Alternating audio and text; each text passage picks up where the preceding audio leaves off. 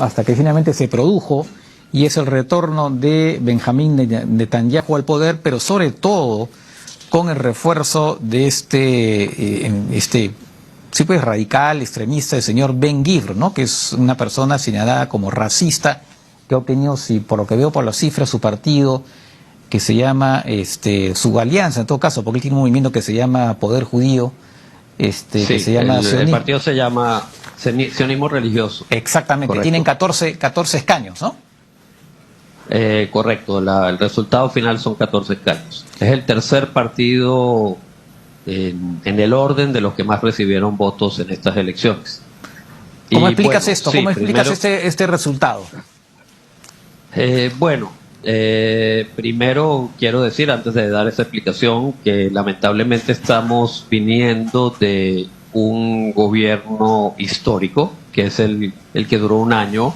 Es un gobierno de unidad nacional que logró que partidos de extrema derecha, con partidos de incluso extrema izquierda, junto a varios partidos de centro, pudiesen formar un gobierno, llegar a más de 61 de los 120 escaños que hay en el Parlamento de Israel, y que incluso uno de los dirigentes de uno de los partidos de extrema derecha, que era Naftali Bennett, fuese primer ministro, a pesar de que el que quedó en segundo lugar fue el del partido de centro, Yair Lapid, y él le ofreció a Bennett ser primer ministro y Lapid ser canciller, para luego hacer una rotación después de 2 años, para que Lapid fuera primer ministro y luego Bennett fuera canciller.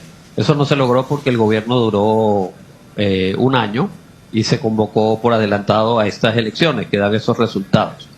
Entonces la explicación aquí comienza por justamente que los seguidores de Naftali Bennett, que había sacado en las elecciones anteriores, si recuerdo bien, 7 u 8 escaños, su partido, llamado Partido de Derecha, que tenía gente religiosa y gente secular, no religiosa, se decepcionaron que él entrara a un gobierno donde, por ejemplo, había un partido árabe, por primera vez en la historia de Israel, donde había un partido de izquierda bastante, bueno, no quiero decir radical, pero muy pacifista, muy, digamos, de ideas de socialismo, no como en América Latina, pero más a lo europeo, y él perdió prácticamente todo el apoyo, él y su partido. Entonces podemos contabilizar que la mayoría de los votantes, esos 7 escaños, se movieron ahora a este partido de extrema derecha, que aunque sea religioso, hay que recordar que Naftali Bennett también era religioso, pero un religioso moderado. Lo que pasa es que lo que coincide es que son nacionalistas. Y no les importa que estos son religiosos, porque no estamos hablando de los ultra ortodoxos, estamos hablando de religiosos moderados, desde el punto de vista meramente de la religión. Otro partido que se había unido a esta coalición de Unión Nacional es un partido dirigido por un inmigrante de Georgia, la ex Unión Soviética, de hace décadas vive en Israel, llamado Lieberman, que tiene un partido que se llama Israel Nuestra Casa, también nacionalista. Su partido obtuvo 6 escaños, pero pudo haber tenido mucho más, pero los votantes de Lieberman también lo castigaron por haberse unido al gobierno que hemos mencionado, y parece que muchos de ellos decidieron votar por este partido religioso ultranacionalista. Y creo que de ahí viene la explicación de dónde vienen los votos de quienes llegaron en tercer lugar, que lamentablemente da la impresión de que Netanyahu va a formar gobierno junto a ellos y junto a los 2 partidos ultraortodoxos, el sefardita, de judíos descendientes de África del Norte, de Yemen, del Medio Oriente, y el askenazita, de judíos descendientes de Polonia, de Europa Central, etcétera. Si se forma un gobierno con estos 4 partidos, ya estamos hablando de un gobierno tipo lo que ha ocurrido en Italia, lo que ocurre en Hungría con Víctor Orbán, lo que ocurre en Austria con la extrema derecha, lo que acaba de ocurrir en Suecia con la extrema derecha, pero en el Medio Oriente y con el problema palestino encima. Claro, o sea, quiere decir que los electores de esos partidos de derecha no estaban contentos finalmente por lo que dices con esa coalición que se formó, ¿no? Y por lo tanto los castigaron, ¿no? Y claro, de ahí Correcto. vendrían los votos, ¿no? Estaba leyendo algunos artículos, bueno, en Diario Jares, decían que llamaba la atención cómo este extremista tenía mucho jale, por decirlo de alguna manera, entre los jóvenes. Una de las explicaciones eran que, bueno, que muchos de esos jóvenes son producto de, claro, los ortodoxos judíos, y los muy religiosos tienen muchos hijos, entonces ahora esos tienden a ser ahora partidarios de Ben Giver. Otros dicen que también muchos, claro, no les traumó, pero no les gustó para nada efectivamente lo que tú decías, ¿no? Una alianza con un partido árabe. Y también esa revuelta que se produjo en las ciudades árabes israelíes también han marcado a muchos, ¿no? Que entiendo, en general me pareciera que el elector israelí en estos momentos pareciera que fuera claramente de derecha, mucho más, digamos, la derecha mayoritaria, incluso radical en Israel, ¿no?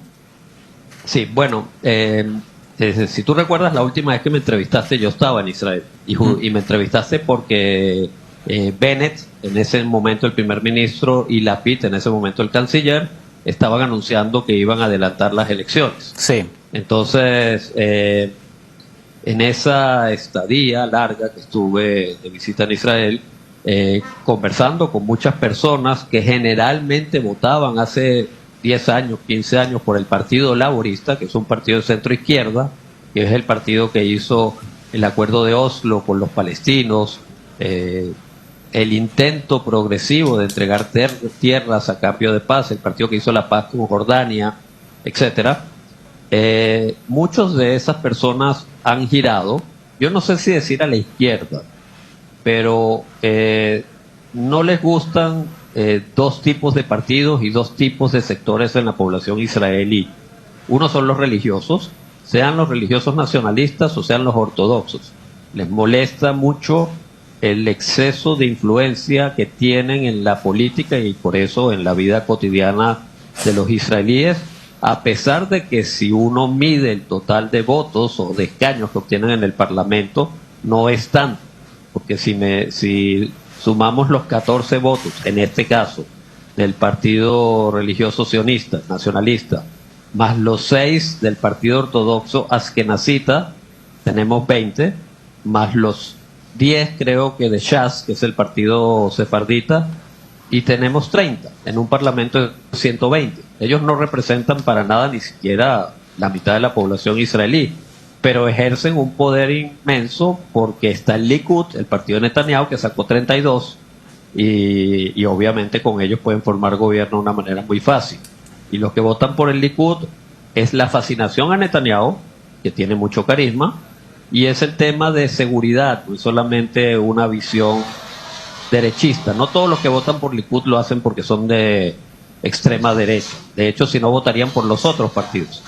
Pero noté mucho que personas muy liberales, personas que no tendrían ningún problema con que exista un Estado palestino, muchos más acuerdos de paz con otros países árabes, etcétera, por un lado no quieren saber casi nada de los religiosos de ningún tipo, por otro lado tampoco quieren saber mucho de los árabes.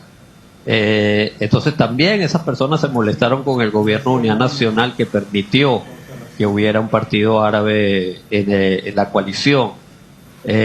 No sé si llamarlo, porque son gente que yo conozco hace muchos años, no sé si llamarlo que se han derechizado. Yo diría que son gente que en su vida cotidiana incluso deciden no ver noticias. Están agotados del tema del conflicto, están agotados de los temas económicos, porque en Israel hay mucha inflación, en Israel el costo de la vida es muy alto, a pesar de que hay un sistema social, un sistema de salud muy buenos, están que prefieren, como muchas personas, Israel es un país básicamente de clase media, y prefieren ver películas y series de televisión por videostream. Entonces, simplemente están agotados de toda la política israelí. Y el que está motivado es el nacionalista, es el religioso, y es el muy de izquierda, el muy pacifista. Y esos son los sectores que menos votan a la hora de contar los votos. Entonces por eso se da este tipo de situación. También en esta elección hubo impresionante una abstención muy grande en la población árabe, que es el 20% de la población israelí. Ellos, érase una vez que hace 10 años tenían un promedio de 15 escaños en el Parlamento. La última elección, hace año y medio, entre dos partidos árabes, tenían 12 o 10 escaños, y ahora han sacado 1, 4, y el otro partido que tuvo en la coalición, el Partido Islámico de Mansour Abbas, obtuvo 4 escaños también, solo han tenido 8, también están en retroceso. Y eso es un descontento también de la población árabe, porque sienten que esos partidos no han logrado traerles más prosperidad a sus ciudades y a sus aldeas. Claro. ¿Tú dirías que a pesar de ese experimento que entró ese partido de Mansour Abbas en la anterior coalición, digamos, hay una fractura aún mayor entre los judíos y los israelíes árabes en estos momentos? O sea, no es algo que se sienta en la calle, no es algo que cuando uno va a un lugar, si hay un árabe y hay un judío, hay tensión, ni mucho menos, pero sí los nacionalistas y los religiosos, y sobre todo los religiosos nacionalistas. El discurso de este señor que lideró esta pequeña coalición religiosa nacionalista era un discurso todo el tiempo mencionando al partido árabe que estuvo en la coalición del gobierno de unidad nacional saliente, y llamando traidores a los partidos que estuvieron con ese partido árabe, mientras él daba su discurso de victoria, en el sentido de que es el partido que llegó en tercer lugar, y eso es una victoria importante. Había mucha gente religiosa con banderas de Israel gritando muerte a los árabes.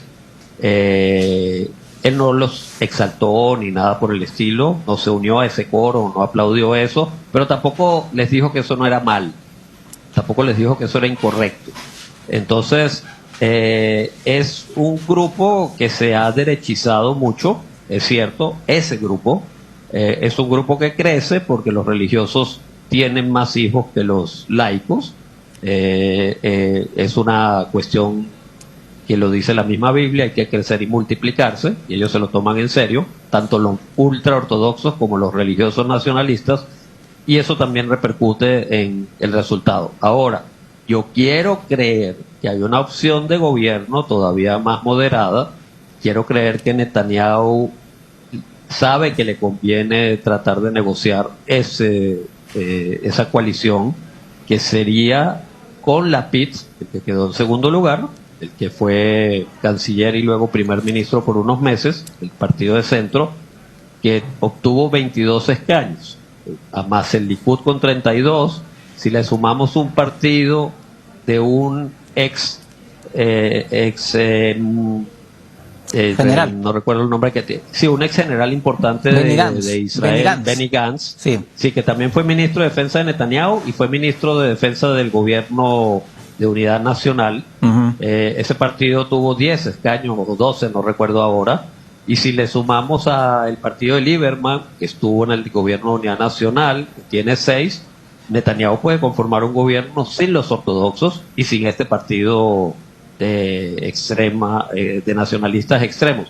Tiene esa opción, claro que depende si los otros quieren también formar un gobierno con Netanyahu, porque ahí entra el tema de las acusaciones de corrupción contra él, y Lapid ha prometido no formar un gobierno con Netanyahu si él ganaba, pero dadas las circunstancias podría ser un paso que le dé a Lapid también puntos políticos para evitar que esta gente esté en la coalición de gobierno.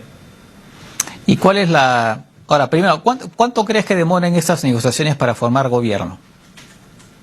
Bueno, si es la coalición que todos prevén, la más fácil para Netanyahu, que es con este partido religioso y los dos ultraortodoxos, ya tiene 64 escaños, en 2 semanas puede estar ya gobernando.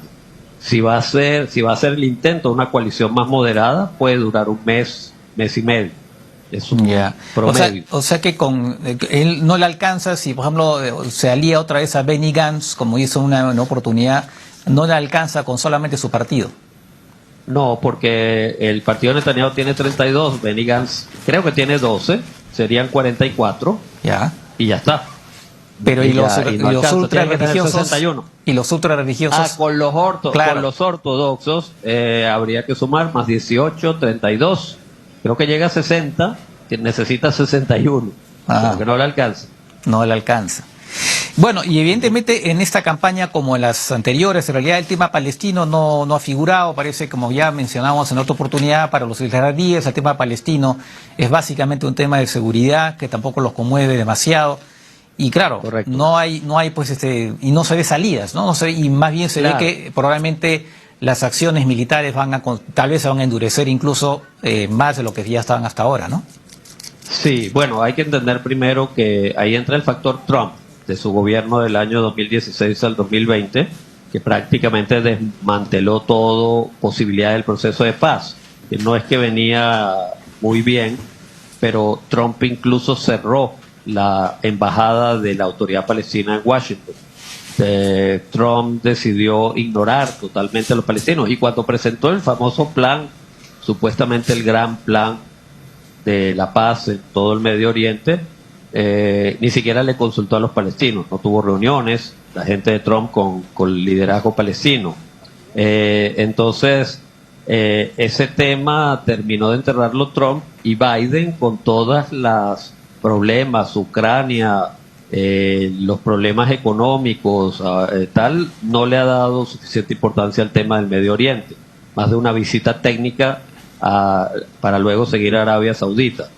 Entonces, eso es una de las razones también por las cuales los israelíes ahora sienten como que el factor Estados Unidos, el factor de posibilidad de mucha presión para tratar de tomarse más en serio el tema palestino, de negociar con ellos, no les afecta. Y también ahora en Europa, viendo el tipo de gobiernos que hay, donde van aumentando los gobiernos de extrema derecha, antimusulmanes, anti-inmigración, también pensarán muchos israelíes, Europa no nos va a presionar, o la mayoría de los países. Y el otro asunto es que los acuerdos que logró hacer Trump, haciendo que Israel tuviese paz con Emiratos Árabes Unidos, con Marruecos, Bahrein. Y Bahrein. Con Bahrein, claro. Y con Netanyahu, era el gobierno de Netanyahu, también como que hacen pensar a muchos que, bueno, los palestinos estos países aceptaron tener paz antes de que se resuelva el conflicto palestino, que antes la premisa era la contraria. Hay que resolver el conflicto palestino y luego hacemos la paz. Y eso tiene mucho que ver. De acuerdo. Bueno, pues nada. Vamos a ver qué pasa, ¿no? Vamos a ver qué pasa. Probablemente estaremos comentando una vez que salga el nuevo gobierno. Gracias, Ariel, por esas explicaciones y será hasta otra vez. Gracias. Gracias. Hasta luego. Bien, hacemos una pausa y regresamos.